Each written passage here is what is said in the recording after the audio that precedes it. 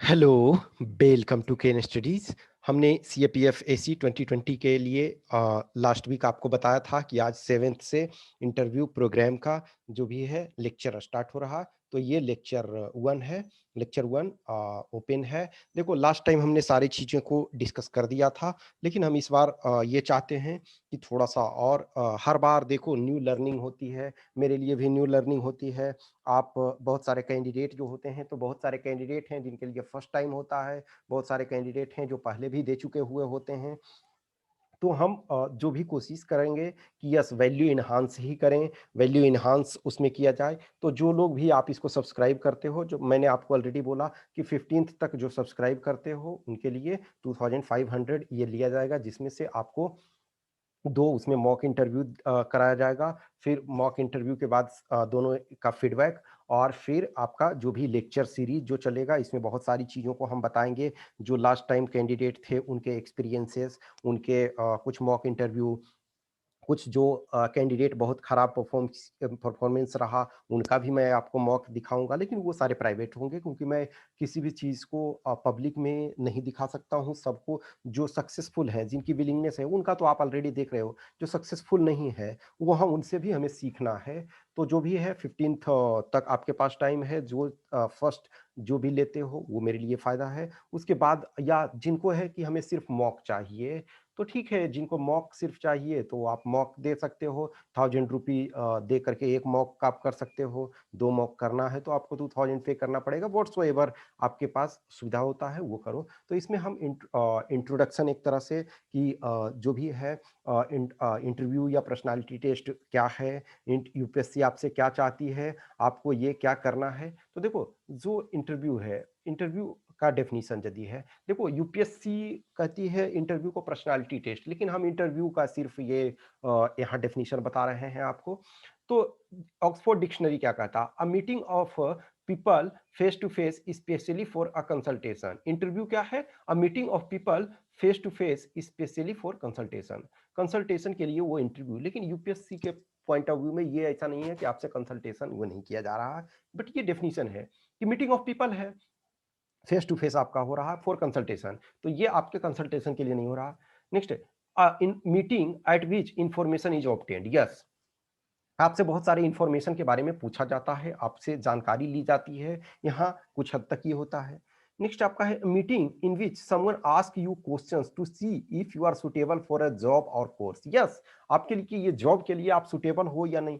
देखो, कुछ इंटरव्यू आपके जो होते हैं, कुछ जो एग्जामिनेशन होते हैं, इसमें इंटरव्यू जो होते हैं, जिसमें इंटरव्यू आपका डिसाइड करता है कि whether you will be qualified और नॉट। जैसे आप आईबी का एग्जाम लो, तो आईबी एसीआईओ 2, वो उसके आपको मार्क्स नहीं पता चलते हैं, मार्क्स नहीं बताए जाते हैं कि आपने एक्चुअली कितना मार्क्स प्राप्त किया। जैसे मैं खुद ही मेरा पहला जो जब मैं जॉब क्वालिफाई किया था तो आईबी का ही था। तो वो एक अच्छा एक्सपीरियंस था, बहुत अच्छा एक्सपीरियंस।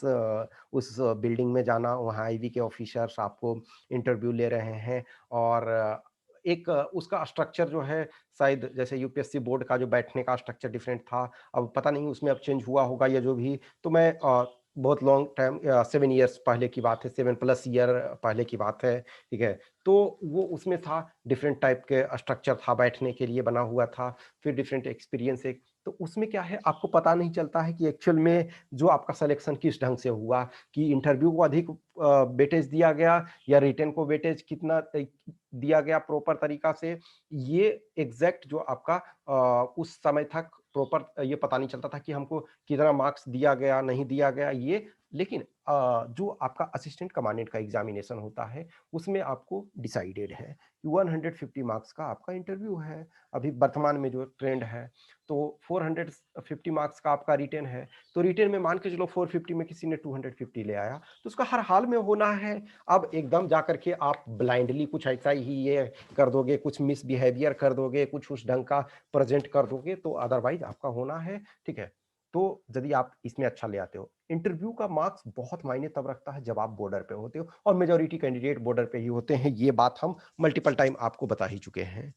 नेक्स्ट फिर है कि कॉलिन डिक्शनरी क्या कहता है कि an interview is a formal meeting, sorry, An interview is a formal meeting at which someone is asked questions in order to find out if they are suitable for a job or a course of study.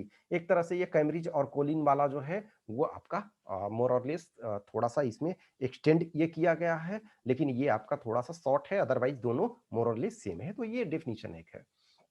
अब हमारा जो संघ लोक सेवा आयोग है वो क्या कहता है, तो देखो ये और नेक्स्ट स्लाइड जो हमने लिया है ये सब जो हमने सिविल सर्विसेज वाला जो है वो उससे लिया है। तो मोर और लेस आपका जो है कुछ चीज़ों को चेंज करके आपका वही रहता है। तो देखो कैंडिडेट यूपीएससी क्या कहता है कि candidate will be interviewed by a board who will have before them a record of the candidate's career। जो आप डीएएफ भरते हो, डिटेल एप्लीकेशन फॉर्म भरते हो, डीएएफ आप जो फिल कर रहे हो वो डीएएफ उनके पास होता है। देखो जो फुल डीएएफ, एक आपका डीएएफ में देखोगे एक समरी सीट होता है और एक फुल डीएएफ होता है। तो फुल डीएएफ जो आपका डिटेल एप्लीकेशन फॉर्म होता है वो बोर्ड के जो चेयरमैन होते हैं उनके पास होता है और बाकी के पास समरी सीट होती है। नॉर्मली आपके क्या है 5 मेंबर्स होते हैं। सपोज ये आपका ये चेयर ये टेबल है, तो इस टेबल के मान के चलो इस साइड कैंडिडेट यहाँ बैठा हुआ है, यहाँ कैंडिडेट ये ठीक है, ये यहाँ आपका कैंडिडेट है, यहाँ आपके चेयरपर्सन होंगे, मैं चेयरपर्सन बता रहा हूँ क्योंकि चेयरमैन होंगे, चेयरपर्सन तो चेयरपर्सन न्यूट्रल आपका ये। एक मेंबर आपके यहाँ रहेंगे, एक मेंबर आपके इस साइड रहेंगे, एक मेंबर यहाँ रहेंगे, एक मेंबर ये यहाँ कहीं रहेंगे और आप बीच में आपको रहोगे। तो नॉर्मली 5 मेंबर्स होंगे। तो वो आपको इंटरव्यू करेंगे। तो ये जो सामने वाले चेयरपर्सन है, जो मेल है तो चेयरमैन है, ठीक है। तो चेयरपर्सन जो भी हैं तो वो आपसे शुरुआत वही करेंगे। हाँ जी, वो एक तरह से ना आइस ब्रेकिंग सेशन टाइप का आराम से होता है। ऐसा नहीं है कि जाते के साथ एकदम मिसाइल वाला गोला दागे एकदम चारों खाने चीत आप हो गए, ऐसा नहीं है। वो नॉर्मल आपसे बिहेव करते हैं कि यस आपको कंफर्ट फील करते हैं। वो आप छोड़ दो, जैसे देखो ज्वाइंट सेक्रेटरी अभी लेटरल एंट्री चल रहा है कुछ ये में यूपीएससी से के थ्रू ज्वाइंट सेक्रेटरी में, लेटरल एंट्री में जो जा रहे हैं ज्वाइंट सेक्रेटरी लेवल का, उनकी भी हालत खराब होती है, लेकिन उनका टेंशन डिफरेंट टाइप का होता है क्योंकि वो लोग होते हैं जो ऑलरेडी जॉब में होते हैं, ऑलरेडी वो इंडस्ट्री में स्टेब्लिश पर्सनालिटी हैं या अकेडमी में बहुत अच्छा किए हुए हैं व्हाट्सोएवर क्राइटेरिया के अनुसार। तो उनको आपके जैसा टेंशन नहीं है। हाँ, इसमें से आप में से भी बहुत सारे ऐसे होते हैं जो ऑलरेडी जिनके पास इंडस्ट्री एक्सपोजर है, चाहे वो सिविल सर्विसेज वाले में जाएं या असिस्टेंट कमांडेंट वाले में जाएं या व्हाट्सोएवर सब कुछ लोग कैंडिडेट होते हैं जिनके पास एक्सपीरियंस होता है मल्टीपल टाइम, जैसे आप लोग में से कुछ लोग आईआईएम के इंटरव्यू फेस किए हुए हो, कुछ लोग हो ऑलरेडी जॉब कर रहे हो इंडस्ट्री में या व्हाट्सोएवर सरकारी जॉब में ही, तो आपके पास बहुत सारे एक्सपीरियंस, कुछ टीचिंग में हो या टीचिंग कर रहे हो व्हाट्सोएवर। तो ऐसा नहीं है कि आप एकदम नोवाइस हो तुरंत एकदम ये, लेकिन फिर भी आपका जो मेच्योरिटी लेवल है और जो ज्वाइंट सेक्रेटरी के लिए जा रहे हैं दोनों का मेच्योरिटी लेवल, लेकिन इंटरव्यू कोई भी जाता है तो वो अनकंफर्टेबल फील होता ही है उसको, कितना भी आप प्रैक्टिस कर लो, लेकिन हाँ वो जो होता है आपके पास कॉन्फिडेंस है, प्रॉपर प्रैक्टिस किए हुए हो, मॉक वगैरह किए हुए हो, तो आपके पास ये रहता है कि yes I can deal the situation. This is not the things कि एवरीवन इज नोइंग एवरीथिंग, आपके पास सिचुएशन को हैंडल करने का कैपेबिलिटी होनी चाहिए। The candidate will be asked questions on matters of general interest. The object of the interview or personality test is to assess the personal suitability of the candidate for a career in public service by a board of competent and unbiased observer।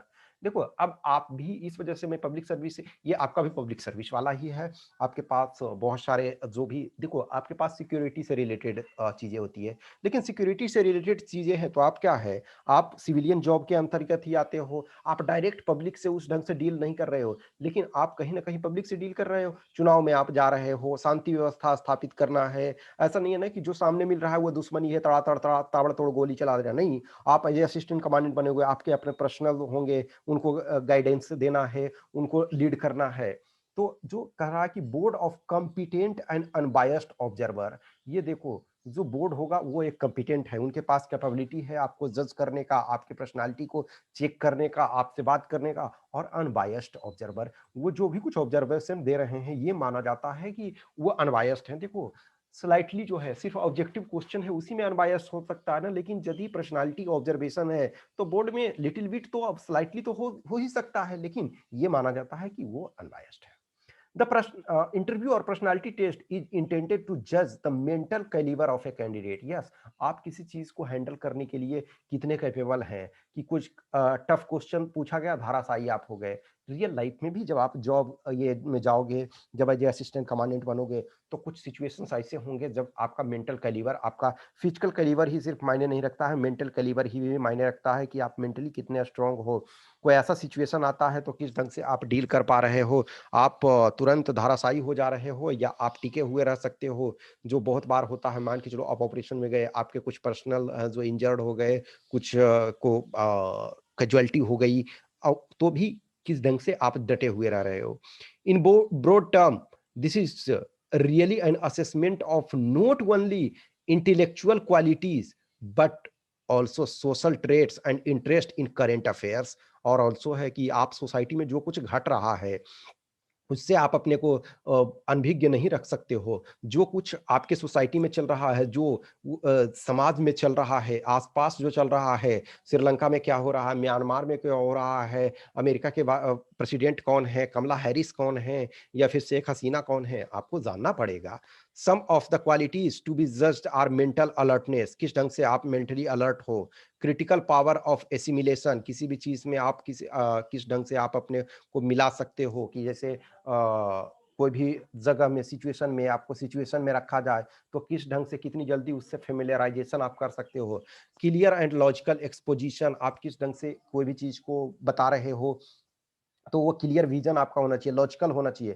Balance of judgement, ऐसा नहीं है कि मारो साले को गोली, ये चीजें नहीं आपका होना चाहिए। या फिर है कि सर गांधी है ना, गांधी जी ने जो हथियार दिया है उसी से काम करेंगे, नहीं। आपको जरूरत होगा तो वेपन भी उठाना है, और जहां जरूरत है तो आपको प्यार से भी बात करना है। Variety and depth of interest, कोई भी चीज आप बताते हो, सिर्फ लॉट ऑफ कैंडिडेट है आप में से, मैं किसी का नाम नहीं लूंगा, कंटिन्यू जब हम आगे चलेंगे तो बहुत सारे चीजों को जो प्रीवियस ईयर कैंडिडेट्स हैं उनके मैं एज ए डीएफ वगैरह को मैं दिखाऊंगा कि ये लॉट ऑफ पीपल हैं कि बहुत सारे चीज़ों को लिखते हैं, बहुत सारे हम में है, ये है। वहाँ वही सिर्फ मायने नहीं रखता है, आपका बैलेंस, जो भी कुछ आप लिख रहे हो उसके बारे में। अब आपकी जो बॉडी है वो आपके जवाब दे रहा है। आप बोल कुछ रहे हो, शब्द आपके कुछ बोल रहे हैं, और आपका जो आई कांटेक्ट है, आपके जो बॉडी एक्सपोजर है, वो डिफरेंट चीज़ों को बयां कर रहा है। तो ये आपका होना चाहिए सही कि यस, जो बोल रहे हो वो सच। Variety and depth of interest जो है, एबिलिटी फॉर सोशल कोहेशन, समाज में आप किस ढंग से अपना बॉन्ड स्टेब्लिश कर सकते हो। एंड लीडरशिप, लीडरशिप तो बहुत जरूरी है, क्योंकि आपको एज ए कमांडर बनना है। अभी आप एज ए असिस्टेंट कमांडेंट बनोगे तो जनरल बटालियन में मान के चलोगे, स्पेसिफिक बटालियन में डिफरेंट रूल्स होते हैं, या ट्रेनिंग सेंटर में डिफरेंट रूल होते हैं। लेकिन यदि आप इंडिपेंडेंट कंपनी में होते हो तो कंपनी के चार्ज में होते हो, कंपनी के जनरल बटालियन में जो कंपनी के इंचार्ज होते हो, यदि आप इंडिपेंडेंटली वर्क कर रहे हो तो उसमें क्या होता है कि 134 पीपल आपके अंदर में थ्योरेटिकली होते हैं। थ्योरेटिकली मैं बता रहा हूँ, प्रैक्टिकली हो सकता है 90 ही रहे, 100 ही रहे, 110 ही रहे, ये 75 ही रह सकते हैं, लेकिन थ्योरेटिकली जो है 134 पीपल आपके अंदर में, आपके कमांड में रहेंगे। तो लीडरशिप क्वालिटी आपके पास है तभी आप उसको डील कर पाओगे। इंटेलेक्चुअल एंड मोरल इंटीग्रिटी, आप देखो ये सारे को जरूरी नहीं है कि सब में इक्वल होना चाहिए और सब में एक स्टैंडर्ड लेवल। मैंने बताया ना कि जिसका जैसे 250 मार्क्स रिटर्न में आ गया है, तो उनका इंटरव्यू में पर्सनालिटी थोड़ा खराब भी जाता है, 80 नंबर भी मिला, 75 नंबर, 70 नंबर भी मिला, तो वो फाइनली सेलेक्ट होंगे, ऐसे होते हैं ऑब्वियसली। जब मैंने 2019 का देखो, अभी मार्क्स ही नहीं आया, 2018 का जो मार्क्स आया, तो जो मैक्सिमम मार्क्स था वो 113 था, और लोएस्ट जो था 68 था। तो 68 और आपके 113 में बहुत डिफरेंस होता है, ठीक है। 68 और 113 में काफी डिफरेंस होता है। तो ये इन्हें 50% भी नहीं मिल रहा है, और इन्हें आपका 75 प्लस स्कोर मिल रहा है। तो उसमें से दोनों में अंतर होता है, तो आप ये देखोगे। लेकिन जिसका रिटेन में बहुत अच्छा आ गया है तो वो खराब भी परफॉर्म करेगा। अब एकदम मैंने बता रहा है कि बेहुदागिरी और बहुत सारा जो आप ये करोगे तो उसमें ऑब्वियसली आपको नहीं मिलेंगे, लेकिन अदरवाइज जो आपको ये मिलेंगे। नेक्स्ट कहता है, द टेक्निक ऑफ इंटरव्यू और personality test is not that of a strict cross examination but of a natural though directed and purposive conversation which is intended to reveal the mental qualities of the candidate. ऐसा नहीं है कि गया एकदम mark क्षमता जो है missile type का क्वेश्चन दागा, आप आर या पार, वो नहीं। आप जाओगे, आपसे as a strict cross examination नहीं है कि हाँ जी, लिखा तो तुमने ये, लक्षण तो तुम्हारा एक भी नहीं लग रहा है। ये जो भी है, बहुत सारे चीज़ों को तुम यहाँ गए हो, बाबू गए, तुम बता ही नहीं पा रहे हो कि क्या नहीं, ये ऐसा नहीं, कोर्डियल रिलेशन आपको रखते हैं। इनफैक्ट देखोगे कि लैंग्वेज का बहुत सारे ग्रेजुअली हम धीरे-धीरे सारी चीज़ों को चलेंगे और उसमें हम थ्रू कुछ चीज़ों को भी दिखाएँगे भी कि कुछ कैंडिडेट हैं, जो इस ढंग से परफ़ॉर्म कर रहे थे, उनका अच्छा आपका ये हुआ। तो उससे कोई वो फ़र्क नहीं पड़ता है। आप किसी भी बैकग्राउंड से हो, आप लैंग्वेज देखो जनरली है, क्या आप हिंदी या इंग्लिश, 2 लैंग्वेज जो है वो जनरली प्रॉपर तरीका से प्रेफ़र किया जाता है। अब इंग्लिश है, बोर्ड के सारे मेंबर जानते हैं, हिंदी जो है, तो हिंदी में भी चलता है, तो आप अपना परमिशन ले लो, बोल दो कि sir may I continue in Hindi या मैं हिंदी में कंटिन्यू। लेकिन उसमें से सपोज़ हिंदी आप बोल रहे हैं, तो संस्कृताइज़्ड पूरे शब्द को नहीं बोलना है। लेकिन जो भी है आपका कम्युनिकेशन होना चाहिए। वो जो क्वेश्चन पूछ रहे हैं, वो आप तक पहुँचना चाहिए। क्वेश्चन आपके ऊपर तक पहुँच रहा है और आप उसका जवाब दे रहे हो, ये सबसे बड़ी बात होनी चाहिए। ठीक है? तो वो क्रॉस एग्जामिनेशन नहीं कर रहे हैं, कोर्ट में विटनेस बॉक्स में नहीं बैठे हुए हो कि चड्ढा जो हैं एडवोकेट चड्ढा जो हैं, वो आपसे क्रॉस एग्जामिनेशन पूछ रहे हैं कि इस समय आप कहाँ थे? आपने तो ये बोला या फिर आप वो दामिनी को न्याय न्याय नहीं दिलवा रहे हो, तो उस ढंग से क्रॉस एग्जामिनेशन आपका नहीं होता है। द इंटरव्यू और personality test is not intended to be a test either of a specialized or general knowledge of the candidate which has been already tested through their written papers। Written paper के through आपका examination का जो था retain, वो उसमें already आपका check हो चुका है कि आप कितने कैपेसिटी रख रहे हैं, कितने जो क्वालिफाई नहीं रिटेन में क्वालिफाई हुए हैं, उनके पास मिनिमम मैच्योरिटी है। एक बात देखो, हर कोई, आप कम से कम हिस्ट्री कुछ जान रहे हो, ज्योग्राफी कुछ जान रहे हो, मैथ कुछ जान रहे हो, क्वांटिटेटिव एप्टीट्यूड आप जान रहे हो, साइंस आप कुछ जान रहे हो, आपको ऐसे क्या होता है, रिपोर्ट क्या होता है, आर्गुमेंट, हर कुछ ना कुछ तो आप जान रहे हो, इंग्लिश भी जान रहे हो, आप मान के चलो कि अ, अब हिंदी को ज़रूरी नहीं, लेकिन इंग्लिश का नॉलेज तो एटलीस्ट वो मिनिमम तो आप चेक कर ही लिया गया है कि आप एटलीस्ट कुछ ना कुछ जानते हो, पेपर 2 तभी आप क्वालीफाई कर पाओगे। तो जब रिटन में आप क्वालीफाई किए हो तो इतना तो आपके पास बोर्ड को पता है कि आपके पास स्किल्स है, आपके पास टैलेंट है, तभी आप उस महान बिल्डिंग में पहुँचे हुए हो। यदि आपके पास कैपेबिलिटी नहीं होती, तो आप उसमें नहीं पहुँच पाते। तो ये मत सोचो कि हमारा स्पेशलाइज़ेशन नॉलेज, हाँ, आपसे जो कुछ चल रहा है, जो कुछ आस-पास में हो रहा है, उससे आप अवेयर रहें। सच मान के चलो कि आपने इंजीनियरिंग किए हुए है, सिविल इंजीनियरिंग, तो ये कोई ज़रूरी नहीं है सिविल इंजीनियर का डेप्थ आप जानो। आपने मैकेनिकल इंजीनियरिंग कर रखा है, डेप्थ जानो, कोई ज़रूरी नहीं। संस्कृत से आप ग्रेजुएट हो, कोई ज़रूरी नहीं है कि डीप संस्कृत का सारा कालिदास के सारे पोएम को याद रखना है, सारे नाटक को याद रखना, नहीं, ये ज़रूरी नहीं है। आपसे जो मिनिमम मैच्योरिटी आप जो रखना है, वो चेक कर चुके हैं। Candidates are expected to have taken an intelligent interest not only in their special subject of academic study but also in the events which are happening around them, both within and outside their own state or country, as well as in modern currents of thought and in new discoveries which should rouse the curiosity of well educated youth। कहा कि candidates are expected, ये जैसे कोई ने किसी ने, आपने मान के चलो कि हिस्ट्री में आप ग्रेजुएट हो, तो हिस्ट्री का आपका स्पेशलाइजेशन नॉलेज है, सिर्फ हिस्ट्री का नहीं होना चाहिए। कुछ दीन दुनिया में क्या हो रहा है, कोविड-19 वैक्सीन जो है, सीरम इंस्टीट्यूट ऑफ इंडिया जो है पुणे में, ये आपको जानना चाहिए। दिशा रवि कौन है, ये आपको जानना चाहिए। ऐसा नहीं है कि दिशा रवि के हम जीवनी को, लेकिन कुछ क्या हुआ, ये आपको जानना चाहिए। राम कौन थे, ये आपको जानना चाहिए। आप किसी भी धर्म के फॉलोअर हो, आप जलालुद्दीन मोहम्मद अकबर कौन थे, ये आपको जानना चाहिए। आप बल्कि हिस्ट्री से ग्रेजुएट हो या साइंस से ग्रेजुएट हो, जो उनका रिलेवेंस अभी है या जो कुछ हो रहा है, एपीजे अब्दुल कलाम नहीं भी हमारे बीच में हैं, तो उनके महानता को आपको मानना होगा, जानना होगा। महात्मा गांधी हमारे पास नहीं है, हमारे बीच नहीं है, फिर भी हमें उनके बारे में जानना चाहिए। तो कहता है कि क्यूरियोसिटी या जो कुछ होए, जो वेल एजुकेटेड यूथ के में होनी चाहिए, वो आपके पास होनी चाहिए। अब बोला क्रिकेट, हाँ जी, क्रिकेट देखते हो? तो ठीक है सर, नहीं मैं ज़्यादा देखता हूँ। लेकिन एटलीस्ट सचिन तेंदुलकर कौन है, ये पता होना चाहिए। और कुछ बेसिक्स चीज़ें पता होनी चाहिए। कुछ कुछ ज़रूरी नहीं है कि आप हर चीज़ को डिटेल में जानो। इस वजह से क्या है कि कहते हैं कि सन के नीचे कुछ भी है तो थोड़ा बहुत आपके हर के बारे में, आप न्यूक्लियर फिजिक्स से लेकर के डायनासोर के बारे में कुछ ना कुछ आपके पास जानकारी होनी चाहिए। अब ब्रॉड एरियाज़ आपके क्या हैं? तो board would broadly assess the candidate inter Alia in the following. तो आपका ये इसमें देखो वो एक तरह से रेट प्रेसी के फॉर्म में, एक तरह से पैसेज के फॉर्म में था। अब एक इंडिविजुअल चीज़ों को ये हम देखेंगे। देखो तो बोर्ड किस किस चीज़ पे है, तो देखो पहला फिजिकल मेकअप।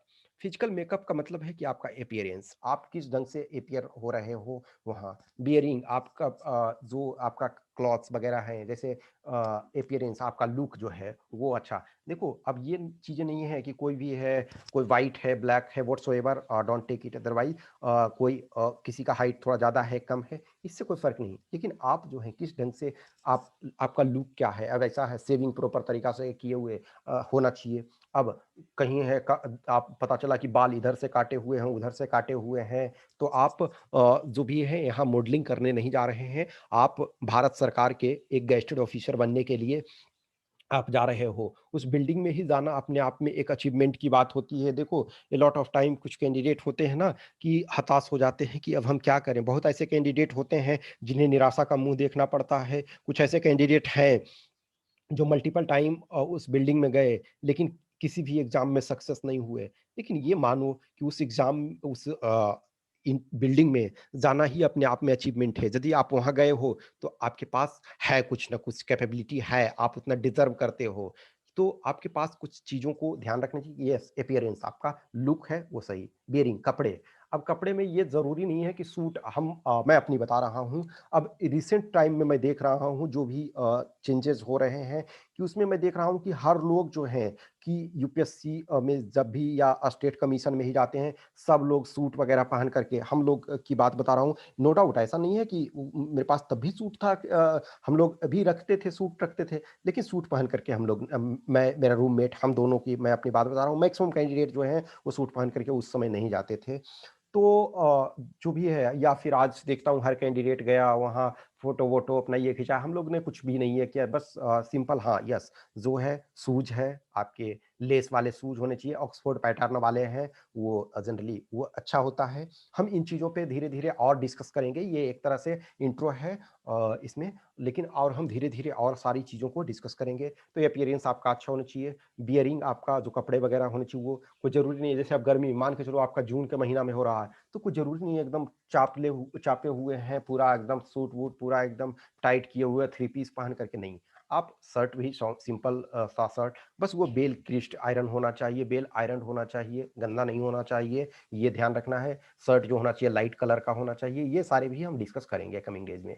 फिर मैनर एंड मैनरिज़्म, तो मैनर्स आपके जब आप जाते हो रूम में किस ढंग से आप, यदि चेयर है तो आपको चेयर को खींचना है तो वो आवाज़ नहीं करना चाहिए। बैठते हो तो आप सही से आप जो भी है उनको विश करना है। फिर हाथ वगैरह जो भी है, या खड़े रहते हो तो अपराधी की तरह नहीं। जैसे एक कैंडिडेट जो ऑब्वियसली है, फॉर्च्यूनेटली उनका जो भी क्वालीफाई हो गए, वो ट्रेनिंग कर रहे हैं बीएसएफ में।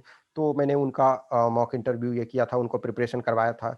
तो उनको कहीं न कहीं यही दो पिछले दोनों बार इंटरव्यू में कम मार्क्स मिले, उसका कारण क्या था कि कहीं न कहीं वो खड़ा होते थे तो थोड़ा-सा एक बेचारगी वाली हालत में होते थे। लेकिन नो डाउट ऑब्वियसली वो ट्रेनिंग में वो ट्रेनिंग कर रहे हैं बीएसएफ में, तो ऑब्वियसली वहाँ जाकर के पर्सनैलिटी उनकी अच्छी हो जाएगी। कभी भी बेचारगी की तरह अपने को नहीं दिखाना है। यदि आप यूपीएससी बिल्डिंग में वो जाने का हक रख रहे हो, आप वहाँ जा रहे हो, आपको वहाँ एंट्री मिला है, तो आप डिज़र्व कर रहे हो तभी आपको एंट्री मिल रही है। तो इस वजह से आपको अपने को ये हाँ, अब ना तो एकदम तन करके खड़ा होना है कि मामूली समझ रहे हैं हम यूपीएससी के बिल्डिंग में इंटरव्यू देने आए हैं, वो भी नहीं होने चाहिए। ठीक है? फिर है general general intelligence, aptitude and interest. तो ability to perceive, analyse and present facts and situation. कोई सिचुएशन आपको दिया जाता है, कोई कुछ चीज़ों को फैक्ट दिया जाता है, जैसे इनका आप मॉक इंटरव्यू देखोगे, ये जो आपके हैं प्रभात कुमार सिंह, उनका मॉक इंटरव्यू देखो, तो हम एक जगह उनसे लाइट मोमेंट में ही पूछते हैं, हाँ जी, बिहार का एरिया क्या है? तो बोलता है अभी हमको ध्यान नहीं है। तो मैं पूछता हूँ ना कि ऐसा क्या है, चेंज हो गया है बिहार का एरिया? बोले नहीं सर, मैंने पहले ध्यान किया था तो अभी नहीं है। तो मैंने वही पूछा उनसे कि क्या ऐसा नहीं है कि मैं ये कर रहा हूँ कि फीता से नाप करके आपको बताना है, एक एवरेज बताना है। तो आपको कुछ चीज़ों के बारे में आइडिया होनी चाहिए, उस चीज़ को एनालाइज़ कर सको, उस चीज़ को समझ सको। अब किसी चीज़ का एरिया किलोमीटर में होगा कि मीटर में, स्क्वायर मीटर में होगा या स्क्वायर किलोमीटर में होना, ये तो आपको पता होना चाहिए। बहुत सारी चीज़ों को आपको पता होना चाहिए। तो एबिलिटी टू परसीव, किसी चीज़ को परसीव कर सको, उसको समझ सको, एनालाइज़ कर सको और प्रेज़ेंट कर सको फैक्ट्स एंड सिचुएशन। अब पूछा जाए भारत की अर्थव्यवस्था जीडीपी ग्रोथ रेट क्या है? तो बोलोगे 3 ट्रिलियन बाँध के चलो बोल दोगे। तो 3 ट्रिलियन ग्रोथ रेट नहीं है ना, प्रेज़ेंट रेट ये में है। तो आपको ग्रोथ रेट, ग्रोथ ये सब अब ऐसा नहीं है कि आपसे गलती निकल गया, तो कोई अपराध बहुत बड़ा हो गया, लेकिन आप उसको सुधार करने का ये कोशिश करना। Work related related aptitude like discipline, empathy etcetera. तो जो आपके पास एप्टीट्यूड होना चाहिए कि आप ऑफिसर बनने जा रहे हो, खास करके वो ऑफिसर जिसमें से देखा जाए तो आप सिविलियन जॉब के अंतर्गत आते हो, लेकिन कहीं न कहीं आप में एक तरह से मिलिट्री वाला एप्टीट्यूड होना चाहिए। डिसिप्लिन आपको, एम्पैथी दूसरे के प्रति एम्पैथी ये रखना कि आपको दूसरे के जो कहता है ना कि keep yourself on others shoes, दूसरे के जगह पर अपने को रख के देखना। नेक्स्ट है extra curricular activities, participation in games, sports, debates etcetera, ये सब सारी चीजें होनी चाहिए। तो ये हम ऑलरेडी ये सब देखेंगे ही एक एक करके। नेक्स्ट है डिस्पोजिशन। डिस्पोजिशन का मतलब जो एक तरह से इनहेरेंट क्वालिटी जो होता है, इनहेरेंट एबिलिटी बहुत सारा जो होता है, लीडरशिप। वो जो बहुत बार कहते हैं ना, चंद्रगुप्त मौर्य के बारे में जब स्टोरी पढ़ोगे या फिर आप जो भी है लेनिन है, मार्क्स हैं, बहुत सारे जो हैं, लीडरशिप आपके पास क्वालिटी होनी चाहिए। ड्राइव आपके पास, यस, मोटिवेशन होना चाहिए कि yes I will do, determination, quick decision making etcetera, self reliance, yes, कि जो कहते हैं ना कि भुजाओं में बल हो तो सूरवीर नातों को राजनीति का आधार नहीं बनाते, वो जरासंध का जो महाभारत का स्टोरी में हम लोग देखते हैं। तो आपके पास भरोसा होना चाहिए कि यस आई विल डू, मेरे पास इतना पार है, मेरे पास एबिलिटी है। Ability to face stress and crisis, बहुत बार ऐसा सिचुएशन होगा, सामने आपका दोस्त है, आपका बडी है, आपका कलीग है, उसको गोली लग गया, कुछ ऐसा सिचुएशन हो गया, उसके बाद भी आप किस ढंग से सिचुएशन को हैंडल कर सकते हैं ये। Courage, moral and physical, yes, physical भी आपसे टेस्ट होता है, फिजिकल आपका रनिंग वगैरह कर पा रहे हो, आपका बॉडी स्ट्रक्चर सही है, ये सारी चीज़ आपसे चेक किया जाता है। नेक्स्ट आपका है behavioural aspects of personality, interpersonal relations with superior and subordinates. तो जो भी है interpersonal relations with superior and subordinate, यानी कि आप जो क्या है कि आपके पास लिंक क्या है कि आप एज असिस्टेंट कमांडेंट हो तो आप एंट्री लेवल के गेस्टेड ऑफिसर होगे, एंट्री लेवल गेस्टेड ऑफिसर। आपके नीचे जो होंगे, जो नॉन गेस्टेड लोग होंगे, नॉन गेस्टेड होंगे और आपके ऊपर सारे गेस्टेड ऑफिसर होंगे। तो interpersonal relations with superior and subordinates, superior से किस ढंग से बिहेव करना है और सबॉर्डिनेट से किस ढंग से बिहेव करना है, ये आपको देखना। बहुत बार ये होता है रियल लाइफ में, मैं देखा हुआ हूँ, जॉब में मैं उस चीज़ को ऑब्जर्व किया हुआ हूँ, क्योंकि मैं बोर्ड मीटिंग से लेकर के सारे मीटिंग्स में जाता था, जहाँ जो भी हैं डीआईजी सर लोग, जब मैं था तो उस जहाँ मुझे वर्क एज दिया गया था, तो वहाँ के हेड डीआईजी हुआ करते थे, अब आजकल आईजी हैं। तो उस समय डीआईजी सर जब मीटिंग वगैरह लेते थे, तो मैं हर मीटिंग में, जितना मीटिंग में मुझे ऑथराइज होता था, मुझे बुलाया जाता था, तो मैं सारे मीटिंग्स में जाता था। उसमें आपको ऑब्जर्वेशन करना, तो मीटिंग में सारे लोग आपके पास होते हैं, कुछ मीटिंग होते हैं सिर्फ इसमें गेस्टेड ऑफिसर होंगे, कुछ मीटिंग में जो है हाई लेवल का होगा, उसमें जो हायर अथॉरिटी हैं सिर्फ वो होंगे, उनके पर्सनल, और बहुत सारे। देखो सेम सिचुएशन जब होगा, जैसे बहुत बार क्या होता था ना कि सपोज किसी का बर्थडे सेलिब्रेशन किया जा रहा है, तो उसमें से हमसे 20 ईयर्स सीनियर थे, वो भी बहुत अच्छे से बात करेंगे, बहुत अच्छे से एकदम अपने बेटे की तरह बात करेंगे, ये वो हंसी मजाक से लेकर के सब। लेकिन वही जब डिसिप्लिन में आ गए हैं वो वर्क रिलेटेड, तो बहुत आपको डांट सकते हैं। तो आपको सब टाइप के सिचुएशंस को हैंडल करना होगा। ऐसा नहीं है कि आप डांट दिए उसके बाद आप उनसे खार खाए बैठे हुए हो, नहीं, आप वहाँ ये नहीं, जो डांटा उस समय आपको वर्क के लिए डांटा। बहुत बार क्या होता है, फोर्स में यदि जाओगे तो सम टाइम ये होता है ना कि एक्चुअल में आपने गलती नहीं किया है, लेकिन फिर भी आपको डांट पड़ जाती है। तो ये सारे चीज़ को आपको हैंडल करने के लिए सिचुएशन आना चाहिए। फिर अब ये है कि आपके सबॉर्डिनेट से किस ढंग से बात करना है, किसी को डांट करके भी काम चलाना है, किसी को प्यार से भी काम चलवाना है, तो बहुत सारे आपको देखना होता है।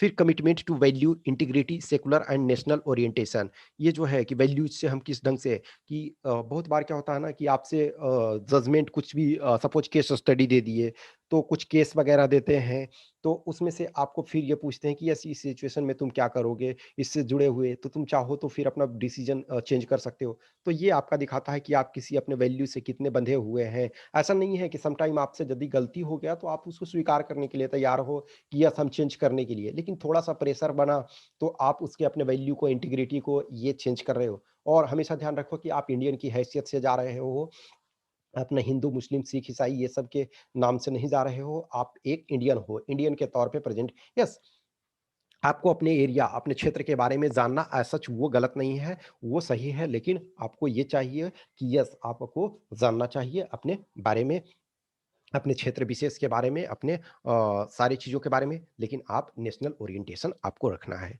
ठीक है?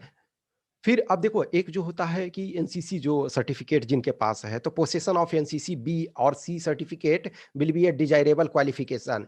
This qualification will be given consideration at time of interview और पर्सनैलिटी टेस्ट ओनली। अब ये इसका मतलब ये नहीं है कि जो एनसीसी बी और सी रखे हुए हैं, उनको बहुत ज़्यादा मार्क्स मिल जाएगा, डिपेंडिंग ऑन है कि आप एक्चुअल में एनसीसी किए हुए हैं, रियल में आपने स्किल सीखा हुआ है और आप उसका जवाब सही से दे रहे हो, तो आपको नो डाउट उसका एडवांटेज होता है, आपको एक्स्ट्रा मार्क्स मिलते हैं। लेकिन हो सकता है जो एनसीसी किए हुए हैं उसको कम मार्क्स मिल रहा है, यदि मान के चलो कि बिना एनसीसी का भी किसी को 110 मिल रहा है, कोई एनसीसी किया हुआ है उसको 85 मिल सकता। आप ये गारंटी नहीं है कि एनसीसी किए हुए हो तो आपको 20 मार्क्स फिक्स, ऐसा कुछ नहीं होता है। वो आप शो करोगे, यहाँ आपके पास होता है कि ये आपको will be given consideration, consideration दिया जाएगा, लेकिन आप उसको पोसेस करते हो तब ना। यदि आप एनसीसी किए हुए हो और उसको पोजेस नहीं कर रहे हो। किसी जगह होता ना कि higher qualification will be given consideration, लेकिन उसको जस्टिफाई तो कर पाओगे। आपके पास 3 मास्टर्स का डिग्री है, लेकिन आप शो नहीं कर पा रहे हो कि वो मास्टर्स का डिग्री का आपका कुछ फ़ायदा है, आपने कुछ उसको लाभ उठाया। तो आपको वो दिया जाएगा कंसिडरेशन जो भी है, वो उनको मिलता है फ़ायदा सिर्फ़ आपके। कुछ भी क्वेश्चन्स क्यूरी हो तो आप कमेंट बॉक्स में डालो या हमें इस व्हाट्सएप नंबर 8527146498 पे संपर्क कर सकते हो या टेलीग्राम नंबर 7404909669 पे। देखो मैंने बोला कि मैं बहुत सारे जो वीडियोज़ होंगे, मैं लास्ट टाइम भी मैंने पूरा लास्ट टाइम मैंने किसी से कोई पैसे नहीं लिया इंटरव्यू, सारे कैंडिडेट्स का जितने थे मैंने प्रिपरेशन सबको फ्री कराया। लेकिन इस बार मैं आपसे बहुत ज़्यादा नहीं चार्ज कर रहा हूँ, मात्र 2500 ये चार्ज कर रहा हूँ। उसमें मैं बता रहा हूँ आपको 2 मॉक इंटरव्यू आपको दूँगा, फिर अभी जो लेक्चर्स वगैरह हैं, ठीक है? और ये 15 तारीख तक वैलिड है, ये 15 तारीख तक लेते हो, उसके बाद डिपेंडिंग ऑन है कि हमारे पास अवेलेबिलिटी, और ये आपको इस कॉस्ट पे नहीं मिलेगा। यस, इंटरव्यू में जो भी इंटरव्यू मॉक इंटरव्यू करना चाहेंगे, सिर्फ़ जिनको चाहिए कि यस हमारा तैयार है सारा चीज़, मुझे 1 मॉक इंटरव्यू चाहिए, तो ठीक है 1000 आप पे कर दो, 2 मॉक इंटरव्यू चाहिए 2000 पे कर दो, तो उसमें वो आप कर सकते हो, ठीक है? हमारे लिए भी ये है कि थोड़ा-सा कुछ मिलता है, तो मैं जो और लोग रहते हैं, साथ में वर्क करते हैं, तो उन्हें भी कुछ मिले। एटलीस्ट मैं तो अपना एक तरह से ऑलमोस्ट फ्री में वर्क कर ही रहा हूँ, लेकिन कुछ आप लोग से सहयोग के तौर पे ये मैं डोनेशन नहीं माँग रहा हूँ। ये बस एक सेल्फ एस्टीम आपके पास भी हो कि मैं कुछ दे रहा हूँ। देखो लास्ट टाइम मैंने जानबूझ करके, कुछ कैंडिडेट ने लास्ट टाइम भी खुद से ऑफ़र किया था कि सर कुछ पैसे ले लो, तो मैंने किसी सबको मना कर दिया था, ठीक है ना? लेकिन इस बार मैं चाहता हूँ कि थोड़ा कंट्रीब्यूट आप करें अपने सेल्फ एस्टीम से। ये ओके, थैंक यू।